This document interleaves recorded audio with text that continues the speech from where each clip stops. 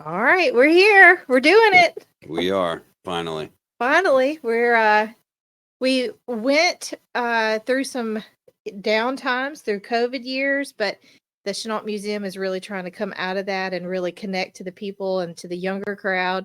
And so this is the new podcast for the Chenault Museum, and we have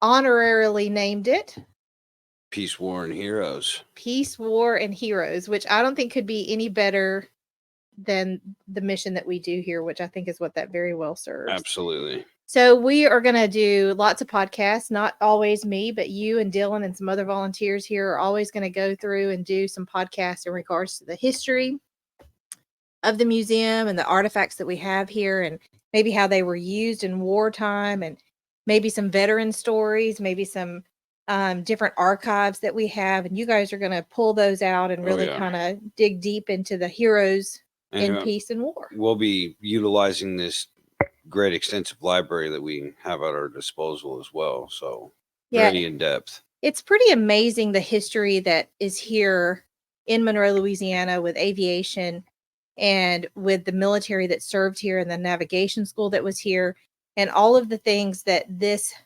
museum represents to the people that choose to appreciate it. And a lot of people just don't know. I mean, I didn't know until I walked in how extensive the history was in this area, that Delta Airlines started across the street as a crop dusting company. I always thought it was in Atlanta. Well, I think everybody thinks it was in Atlanta, and they don't know that the joy of Coca-Cola is what created the the history of it. Not to mention that we trained more than half of the navigators of World War II right here. 15,000 in this building. Yeah. I mean, so this is the last building of that history that is on or viewable on the grounds anymore. And so we are excited to explore, that history and that possibility with a podcast. But just to kind of get our feet wet, we want to start with maybe an upcoming event, and we'll do this series for the event for the next several weeks to talk about the performers that we have coming in and the history of why we do the Airshow. And I guess we didn't at first, but I'm Holly. I'm the director of the museum. This is William. He's a volunteer. He's been here for a year and a half now almost. Yep. And Nell is still here. She's our CEO. We have lots of volunteers.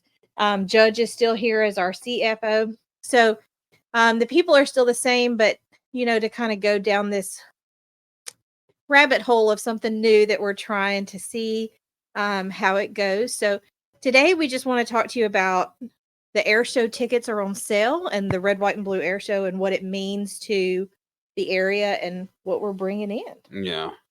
So 1970s was the last time you said that we had an air show here. Yeah, so everybody kind of fights about the day, and I think there have been some small little things that have happened since the 70s, but 77, the Blue Angels were here in Monroe, Louisiana. Yeah. And actually, Jimmy Fordham, he's Aeroshell slot pilot number 4, flew. That was his first air show that he ever flew in, was right here in Monroe, Louisiana. Okay. And he actually found a picture of it the other day and sent it to me. It's quite comical. We'll share it with you maybe at some point. But Jimmy hasn't changed much if you know Jimmy. But it was here in the 70s. And then for whatever reason, it just kind of died off. It just went away, So Doc, which is a beautiful airplane, came in 21. And it really kind of created some neat invitation to history of those type of airplanes in the area. And so there was some conversation about we should bring an air show back. Right. And so Nell and Jimmy Fordham and Patty Meekus and Dan Fordyce, those guys being from the Southern Heritage Air Foundation in Tallulah, Louisiana, and Nell and I all came together and said, let's be the one that brings it back. Right. So it was kind of a quick run from there. In 21, we went to Mayor Friday Ellis, who is a veteran of the United States Marine Corps, who was very excited that there was a thought process of us bringing this back. I don't think at that moment any of us knew logistically the challenges of what an air show. I mean, I was warned when I did my first that first air show with you guys. I was warned. I didn't take it as serious. I thought you were exaggerating a little bit, but I quickly realized that no, there is a lot that goes into doing an air show. Like, and how it can be stressful, getting it all together. But once it starts, it's smooth. It The bonus is, and there's a lot, right? The bonus is that we bring these airplanes that did so much for this country and are doing so much. Yeah, that continue to do so much every day. And that I think the most pivotal moment for me, even in the stress of the first year of the air show, was somebody sent me a video of this little girl and the F-16 blew by her, it's like, and she stops and her mouth drops open and she immediately puts her hand to her heart. And it's like that moment of, maybe that child is a future aviator. That child just created patriotism within herself. But then last year we had Mad Dog. Yes. She got to swear in those two future pilots. That's right. That was amazing to see. Not only was Mad an amazing pilot who has hundreds of missions under her belt in that A-10, but she was the most personable pilot, one of the most personable ones I've ever met. And she really took a lot of time to meet a lot of people and really, kind of expose them to what she does and that kind of thing. But when she swore those guys in and she started tearing up, I think everybody that was anywhere near that area, it was definitely an experience. Oh, yeah. So 2022 was our first year back, and we only did a Friday show and a Saturday show. And it was great. It was amazing. But we realized that not everybody can come on a Friday, Saturday. Everybody loved the night show. And why not do it for 3 days, And then we figured out in 23 that 3 days was actually a little easier for our volunteers to handle. And we parked 7,000 cars in 2023. So when you really start thinking about the economic impact to our area and the amount of lives that hopefully we're touching by bringing that history into our daily lives. But, no better way to do that by naming it the Red, White, and Blue Air Show, saluting America's heroes. Being on an airport that has the history that it does. For sure. Like that is, and it's on, our aircrafts, they take off on one of the original what's the code for that one airstrip? 430 it's the 1432, I think is the one you're talking about. That whole airport was designed that way because of the navigation school that was here. And now they've changed things and added and updated.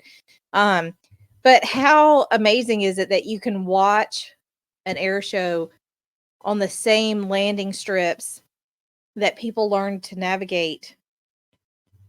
And then you go back to history, which is what this is all about, and that one of the instructors of Selman Field was the navigator for the Enola Gay. Right. So they took off on those fields. And so, if we can get some kids excited about aviation and a lot of people a little bit more patriotic in days that we're not as patriotic as we used to be, and inspire all of those around us and have a whole lot of fun doing it. Yep. What a great way to spend a weekend. And I think that's a very important thing, is the patriotism. Sure. For all this. And I mean, interested in aviation may it not be, military, but you're still, you want to become a private pilot or, work flying 747s and 37s and stuff like that. As long as they're getting in the air. Sure. So I mean, the first air show in 22 is what cost me a ton of money. My daughter decided that she wanted to be a pilot, and now she's 17 and has her private pilot's license. And to me, that's an inspiring part of bringing your kids to this show and really, exploring how fantastic of an opportunity aviation is, but also honoring the history at the same time. And then when all of those things don't matter, what a great weekend to spend with your family. Right. So there's so many reasons to come and support the museum. not only do you have the family aspect and the history aspect and just the amount of fun and the history and the magnitude of performers that we bring to the show, but you also have the aspect that what it supports. You know, a Right. lot of people I've ran into in the last couple of years have thought that the city was the beneficiary of the funds that are raised, and that is not No, accurate. not even. So, the city helps us tremendously. They're a sponsor, but all of the funds raised supports two military nonprofits, and Right. that's the Southern Heritage Air Foundation and the Chenault, General Claire Chenault Foundation. And both of those support military projects and different things that we do, PTSD clinics, and so Wounded Warrior Bonfire Project takes them to Colorado, and they get to go skiing and doing different things. So there's so many aspects of what each program provides to the military that have served so Right. gallantly, and to continue to honor that service and sacrifice. And anybody that knows much about this museum knows that every day is Veterans Day, Every and day. we're going to continue to try to do that history and support these veterans in any way possible that we Right. can. And you and I know that we're actually trying to start some new PATSD meetings Yes. for um people like me and the first responders family that didn't understand what my husband coming home was going to be like, Right. and how to deal with those years after they come back with PTSD, and then different areas of combat era of PTSD groups. So, there's so many programs that we can provide if we have the funds available to provide that. And the air show potentially gives us those It funds does. each year. See, and that's one big thing for me is being able to support our military family, active and veterans and non-active. Right. And I mean, even when you're going through basic training and stuff like that, that takes a toll on the soldier, that takes a toll on the family and everything like that. Because I know guys that they go into boot camp and they've got a family already. So they're spending those Sure. months and those years away from a new family. Yeah. So being able to support and help that family through that is major to me. And Yeah, there's a lot of people don't if you haven't served or been married to somebody who has served active duty military, um there is this connection. It's very hard to describe when you live on a base. yeah, But in those months, as the husband is in boot camp or AIT or whatever level of training that they're at, they're not necessarily, the wife and family are not on a base to have that connection at that right. point. They don't get there until after those schools. So, how can we reach out to these people who are actively, serving? A couple of years ago, we gave bikes to local National Guard, and we don't have a base here to really support, like right here in Monroe, to really support local people, but we could try to help support in emotional and physical Yeah. ways, wives and children and husbands of people who are at boot camp. And Yeah. so there's so many avenues that we can explore, to help these guys go through whatever it is they're Not going through. allowing them to feel like they're doing it by themselves or they're Sure. alone. Yeah. Is So, knowing that there's a family, there's a group, there's a space for that.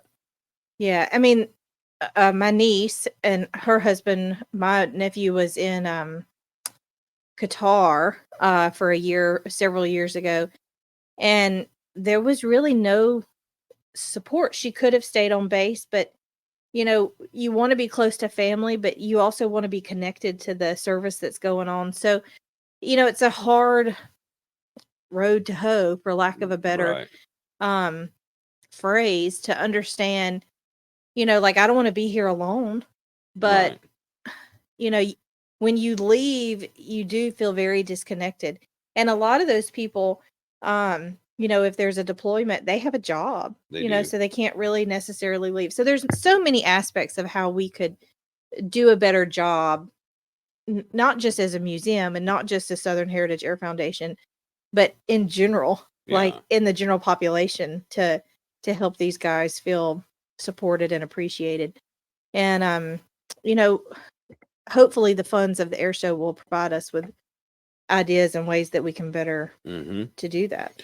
So let's talk about the sponsors and the groups of people that will be opening booths here this year. Because I know Wreaths Across America wants to come back, which I find is a great group.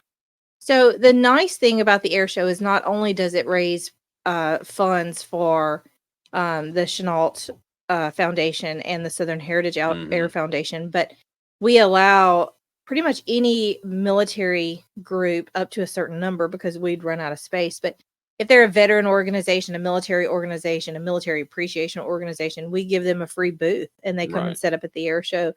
And that gives them thousands and thousands of people that they can really kind of get their message out to as well. So I know last year we had the VFW, we had Wreaths Across America, we had DAV.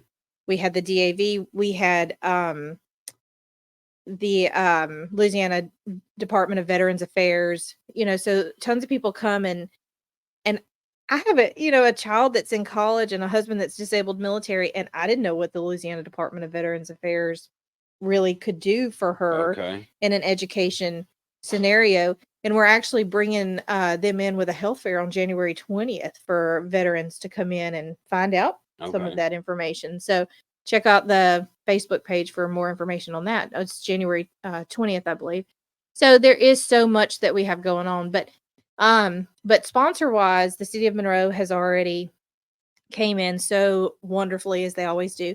And the city of Monroe does so much more than monetarily help us get this air show off the ground, which has a huge price tag. A lot of people think, or I would assume that they think that, it's not that expensive, but the price tag is quite large, $210 to $250 pretty easily to put on an air show of this magnitude. And that's a stressful place to be when you're doing it to raise money for some foundations and nonprofits, and you're putting out that money. So we definitely have to get sponsors. Choice Beverages has came in every year. Coke has come in every year. Choice Beverages, they're fabulous. They're fabulous to work with. Coke is fabulous to work with. Positive Outcomes is a behavioral group here. Kim Peters, she is fabulous every year, and usually Entergy. There's a lot of people, a lot of small businesses. We don't have a lot of confirmations yet. Those usually come in January for our sponsors, but City of Monroe, Louisiana Travel, Choice, Coke, those guys are already in. These are all groups and companies that we all have ties to every day, from Veteran Affairs to Entergy. I mean, so this is not just them coming in. We are working with groups and companies that have been involved in our families' lives, and so they're given a chance to actually pay it forward and help us out.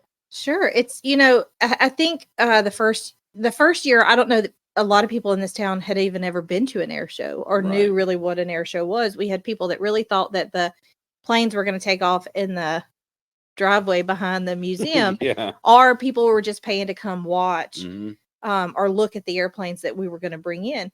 And what we brought to this area was, the first year, I think 11 acts of nothing but twirls in the air and things that even worried my brother-in-law fireman, because they start chunking airplane parts falling off, and that's all part of the act. And so the key is that it is a thrilling performance by a ton of people. And 2024 even brings in this amazing scenario of not one but two demo teams so far that we didn't necessarily even reach out to. Yeah, seeing the Coast Guard do their demo, that was amazing. Yeah, I absolutely love seeing that. When they called and said we want to do a demo, I thought, what is the Coast Guard? How are you gonna do a demo for that? And then you saw the guy jump out of the hovering helicopter with the basket at the show, and you're like, wow, I mean, you really do stop and appreciate the life and the risk that they put into their job every day. So, and we were super proud to find out that we were only one of 3 civilian shows selected at all for the United States Marine Corps Osprey demo team, which Okay. has had some, press in the news Oh lately. yeah. But we are so excited to have them come in and do a demo for us. And then we have the 50th anniversary of the F-16s coming in this year. That's right. So the F-16s will be here. That's the Viper. It's going to look fabulous. And then we always have surprises that we can't tell anybody Yep. about until it happens, until the F-15 blows the building roof off as it, comes shooting around behind you. And I actually talked to a gentleman a couple of days ago, and I said, there's things we can't tell you. And he said, oh, I know. I almost had a heart attack when the F-15 blew around last year. So, there's things that are so much fun that we can't even talk about. So, yeah, it's worth buying the ticket, which is another discussion point is you can buy a ticket right now in December and use a code for 40% off. It's everywhere on our Facebook page and the website. And an adult ticket is $25. You take 40% off of that. That's less than going to a movie. it is. And it's an amazing show. So, military, first responders, veterans, as long as you can show an ID that you were affiliated with one of those, $15 for that ticket. Right. And 40% off right now. And children 4 to 17 are $15 tickets with 40% off right now. But that ends December 31st at midnight, and the discount will never be that good again. So if they want to buy a ticket and they want to do it as cheap as possible, I'd do it now. This is the time to do it. And don't forget that promo code. Yeah, I mean, you don't have to put the promo code in if you don't want to, because it is a benefit and a fundraiser for two military nonprofits. But it's been a rough year for a lot of people, and we understand that too. So if you want to use the discount code, we put it out there for that reason. If you don't, we appreciate you so much. So any support that you can give to military and their families is absolutely. Sure. So what about VIP tickets? So VIP tickets for Friday are actually it comes with a dinner, 5 drinks, a private viewing area, which we're changing up a little bit this year. That everybody learns something every year, and so every year we try to kind of readjust, and at some point we'll go, okay, we got it now. Right. And the deal is we want it to always be better for the people that are buying those tickets. And so don't get mad when we change something, because it really is hopefully for a better experience for everybody. So VIP tickets for Friday include dinner and drinks and all that, and they're $250, but also apply for the 40% off right now. Right. The Saturday, Sunday VIPs are like $125, and they qualify. And then preferred is $60. Yeah. So, but all of those qualify for that discount code. So, use it, come out and join. Now, the general admission ticket, just because that's a question that we get asked a lot, you can use that any day.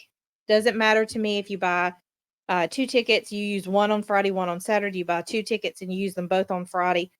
It rains or sprinkles on Friday and you want to come on Sunday. Doesn't matter to us. You can use them any day. But the VIP and the preferred tickets have to be used on the day that you buy them for, because we have to know how many people that we're giving drinks to or feeding or have seats for, that kind of thing. So that's the only difference mainly between those ticket types.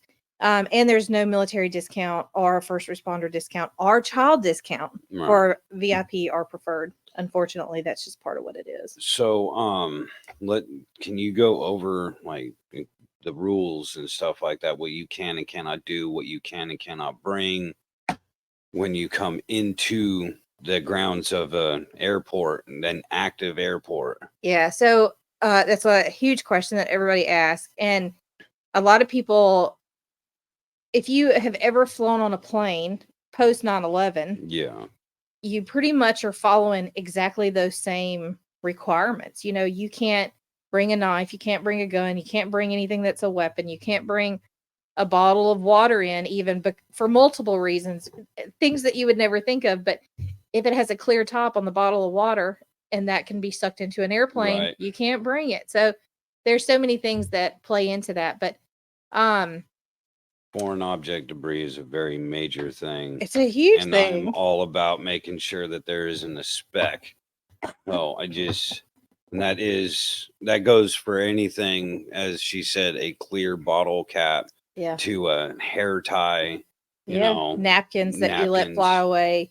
But the thing is that it's an active runway, it's an active airport, and it's active during the air show. It is. If you've been to one of the previous years, you know that the acts that are doing the flippy flops in the middle of the air may go away for 4 minutes, and a jetliner with your uncle is going to land right next to you, and then 2 seconds later, the flippy flop is back doing his act, and so and some of those guys are shooting fireworks off of their airplane while they're waiting, and so there's so much going on, but people I think automatically assume that we're just trying to be difficult, but if you can't take it on an airplane, you can't bring it into the airfield. What about chairs and backpacks? So just know that everything has the right to be searched. Right. Everything. If you're in a VIP or a preferred area, you don't have to bring in your own chair. Okay. If you're in general admission, for sure bring in your own chair because the tarmac gets hot. Yeah, it does. Or at a minimum of blanket. Wagons are allowed. Like, from your car, you could pack up a wagon. Monroe City provides buses from the parking areas literally to the front door. It's going to drop you off. You walk right in. But you could pack a wagon, pack your chairs, pack a blanket. You just can't bring anything in that you couldn't take on an airplane. And that includes cigarettes. It is an FAA grounds, and you cannot smoke on an airport or ground. So right, you're gonna have to leave the main part of the field and go out of those gates to be able to smoke. And that does not mean to your vehicle, because being in your vehicle in the parking lot and hanging out there is also something that is not allowed. Yes, it is a no. Yeah, unfortunately, you can't sit in a parking lot, and that's the reason we provide so many avenues and ways that the handicap parking lot is directly across the street from the VIP entrance or the general admission entrance. It's literally right there. But from all the other parking areas, that city bus is going to come around. It's going to bring you directly to the general admission or the VIP gate. But you just can't sit in the car. Unfortunately, when you're thinking about an air show, it's an airplane and things happen. And when you start considering what could happen, unfortunately, they're going to pick an empty parking lot or a parking lot with cars where no people should be, rather than the back area in the airport where everybody is, right, than where all the spectators are. So, we have police that monitor that area and kind of push you out of your vehicle onto that bus to get into the gate. And the police departments and the sheriff department, they do an amazing job helping us during the air show. Man, I'm telling you, the fire department, we have guys that come from Rayville, Franklin Parish, Morehouse Parish, Washita Parish, state troopers, Monroe City, West Monroe City, CERT teams, ULM. Right. They come from everywhere. And that's for the safety of the guest, but also, gosh, you just couldn't do it without them. You just could not do it without them. And a little known fact is the fire department has to be in strategic places all over that airport, and they have to sit out there now they get a great view of the show, but they have to be able to be wherever any emergency is within 60 seconds the whole weekend. And so there are just, Chief Williams and Mayor Ellis and Quasick Heckard. He does all of the Monroe City coordination with all these other law enforcements that come in. You just can't put on a show without a ton of volunteers and a ton of these people that didn't necessarily have to work today. Yeah. But man, it's a great thing. And we acknowledge and appreciate so much that, we have volunteer chairmen, and then we have hundreds of volunteers that work under them. And then we have all of these areas, the park and the car guys, the traffic guys, the people are letting the airport The- traffic come in and out. You know, and the gophers, just the guys that run back and forth for helping fill up or at the VIP section and sure. everything like that. Well, and even those guys that are sitting at the gate because you know, a handicapped situation Yep. comes in, and we load you up and take you where you want to sit. Mhm. You know, so there are so many people that make the event amazing, Yeah. and you just can't do it without them. Yeah. So if you don't want to walk or you can't walk, flag down one of us in a golf cart and we'll right. take you where you need to go. Yeah, we always tend to look like we are on a mission, and we Mhm. always are. But I will never pass you up. Absolutely. I will never pass whatever I'm doing. Generally speaking, can wait, or I will find somebody else Yep. that will come get you. Yeah. We are and all take you. armed with walkie-talkies, so Yeah. somebody's going to be there for you. It's definitely a necessary evil. Yeah. That you get very sick of is hearing that walkie-talkie squawk. But there's so many, you know, there's so many moments of stress, but also we drive through those areas and we're trying to get 10,000 things done in every moment of every time. And I'm so blessed to be able to call myself the director of the show. And I like I like to complain about it. It's a stressful scenario, but there is nothing like seeing thousands of people with their heads, you know, tilted back to the sky as a family, Absolutely. enjoying this moment that we have all put together, that that it took hundreds of people to make happen. But in that moment, none of that matters. You know, we made somebody's weekend. We made some kids dream of aviation a reality. Oh, yeah. You know, so there's so many good things that come out of it, and I'm just so excited to be a part of it. Yeah. So there are we have certain events also going on along with the air show, like the Aviation Hall of Fame. Yeah. And I'm really excited to see that happen more often. So this is going to be the first year that we do the Aviation Hall of Fame. So the Chenault Museum was legislatively named as the site of the Louisiana Aviation Hall of Fame. In 2023, we put a board together. We've did a lot of nominating, a lot of meetings, a lot of discussion, and we have came up with our first list of names. And those people will be inducted into the Hall of Fame right before the Saturday air show. It is a separate ticket. It's another dinner or a luncheon. But you know, the amazingness of who these people are and what they contributed to aviation in this state. Right. Is just an awesome thing. And another thing that, you know, the museum is so happy to be a part of. Right. And we have board members from all over the state. And so to bring all those legends. I would definitely say that. Legends. Yep, legends. You know. So we are bringing those people in, and we will have the joy of being able to induct them into the Louisiana Aviation Hall of Fame, and then highlight a new display here for those inductees. So that is on a separate site path. You can go to chenaultmuseum.org, search for the Hall of Fame, or LAAHOF.org, Louisiana Aviation Hall of Fame.org. And you can buy the tickets for that luncheon. So that'll be at 12. It'll go to 2. They'll have a short meet and greet, and then we'll go straight to air show Saturday. Yeah. And the museum will be open during the air show. So if you want to, you know. Well, not during the air show specifically. It'll be open 9 to 4 on Saturday, 9 to 4 on Friday. We won't be open on Sunday, but you know, if you wanted to come here and get a shirt before you go through the gate, but you know, just come on down to the air show. You know, we gate open at 3 on Friday, Saturday, but there will be a ton to do before the show starts. And everybody's going to ask, what time does the show start? I can't tell you. They don't want me to tell you. Right, yeah. Because it creates traffic jams. It does. But I can tell you that 60 to 120 minutes after the gates open is when the show will start. And honestly, we don't know. I don't know until kind of when the show starts. Exactly, because the cloud cover, and there's so many things that can go into when that's going to take effect. So my best advice to you is get there as early as you can every day. Get there when the gates open. And people took me up on that last year. We had to open the gates early 2 days. Yep. Because the line was too long for the buses to unload any more people.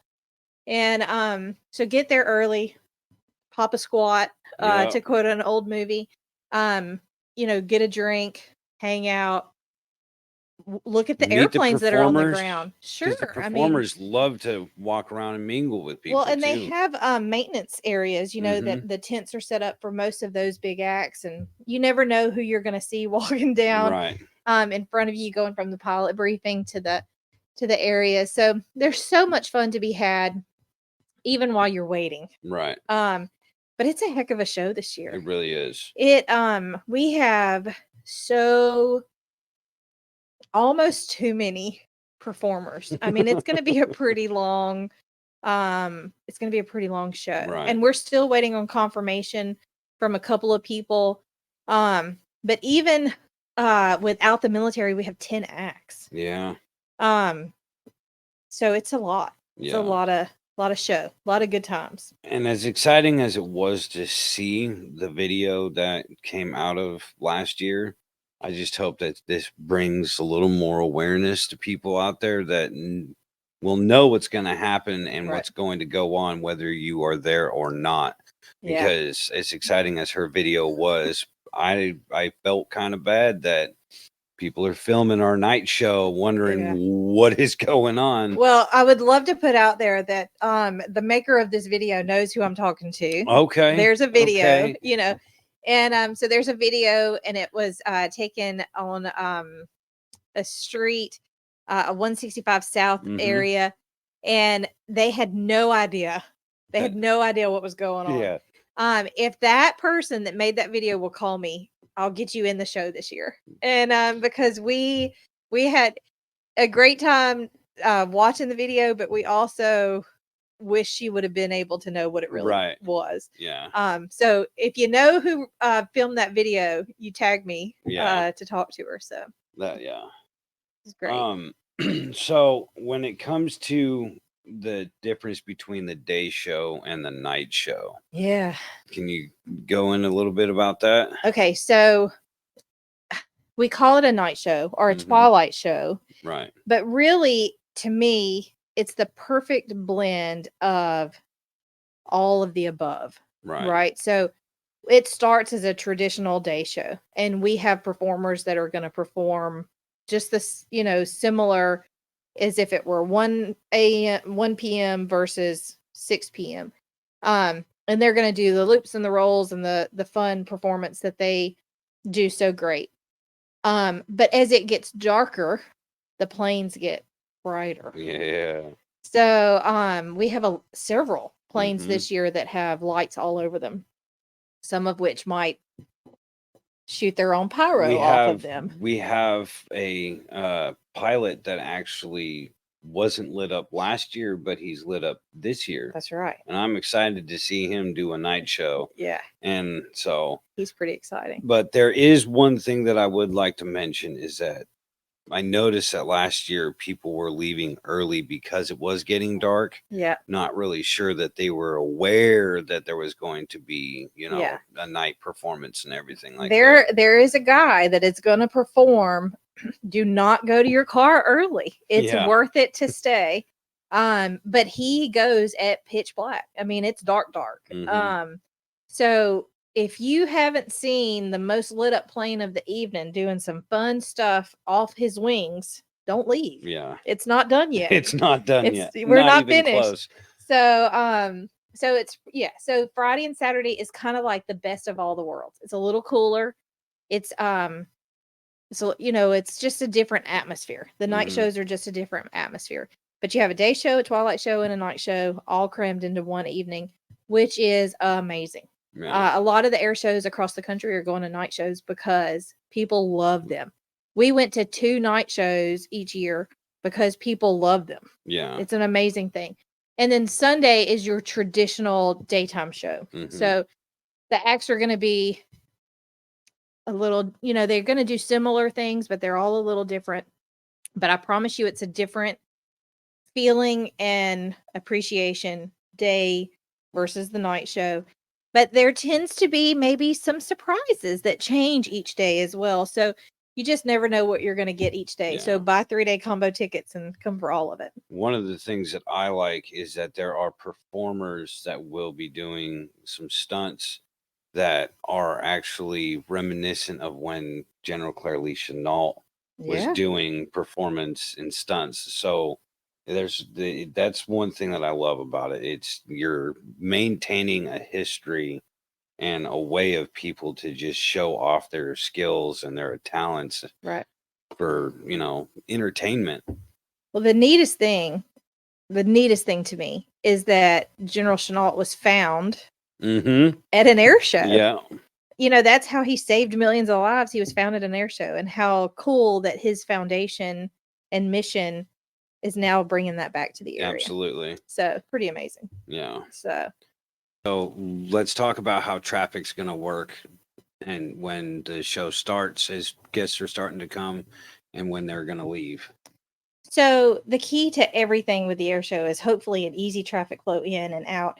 The things that everybody needs to know is that behind the airport on the north side, those roads will be closed. So if you were to come behind Amigos or come behind Dankin after the gates open, you are not going to get access. And that includes the train track crossway behind Brooksers as well. That's right. So at that railroad crossing, that's where the traffic will stop. Okay. They will not allow you to continue to come that way.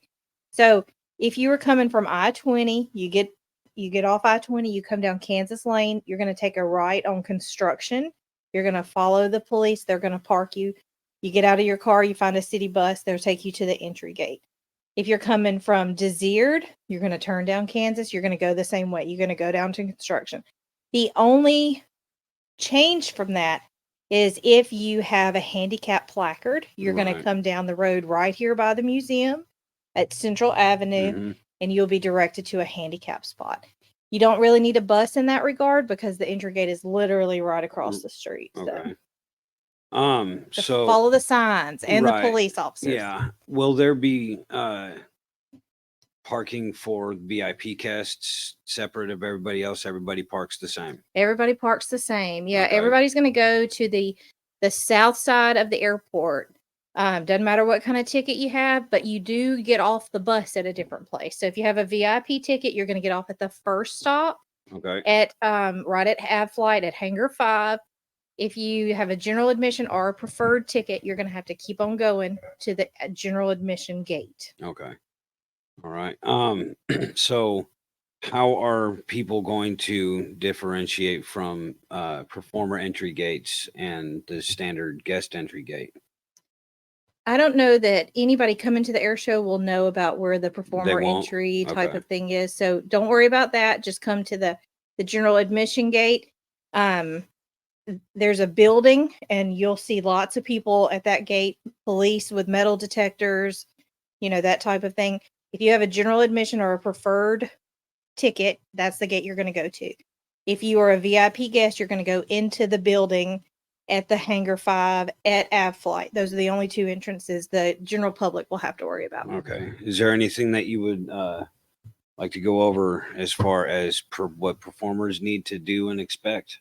No, they all are sent all their information, and all of that is handled. But if you come early, the chances that you'll get to meet some of those guys are pretty heavy. They'll be all around.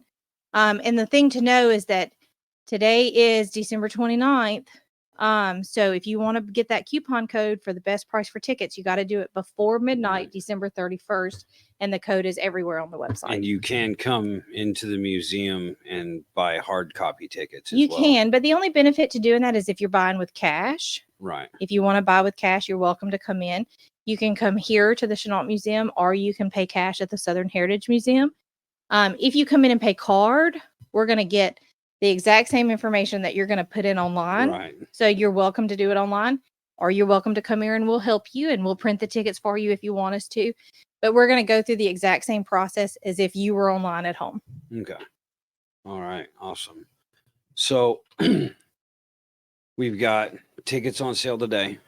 Yep, they're on sale. And don't forget your promo code. Yep, look for the promo code. It's on the website. It's on the Facebook page. It's everywhere you can imagine. We put it out there. We do on the website have a section where you can ask questions, and we will do our best to reply.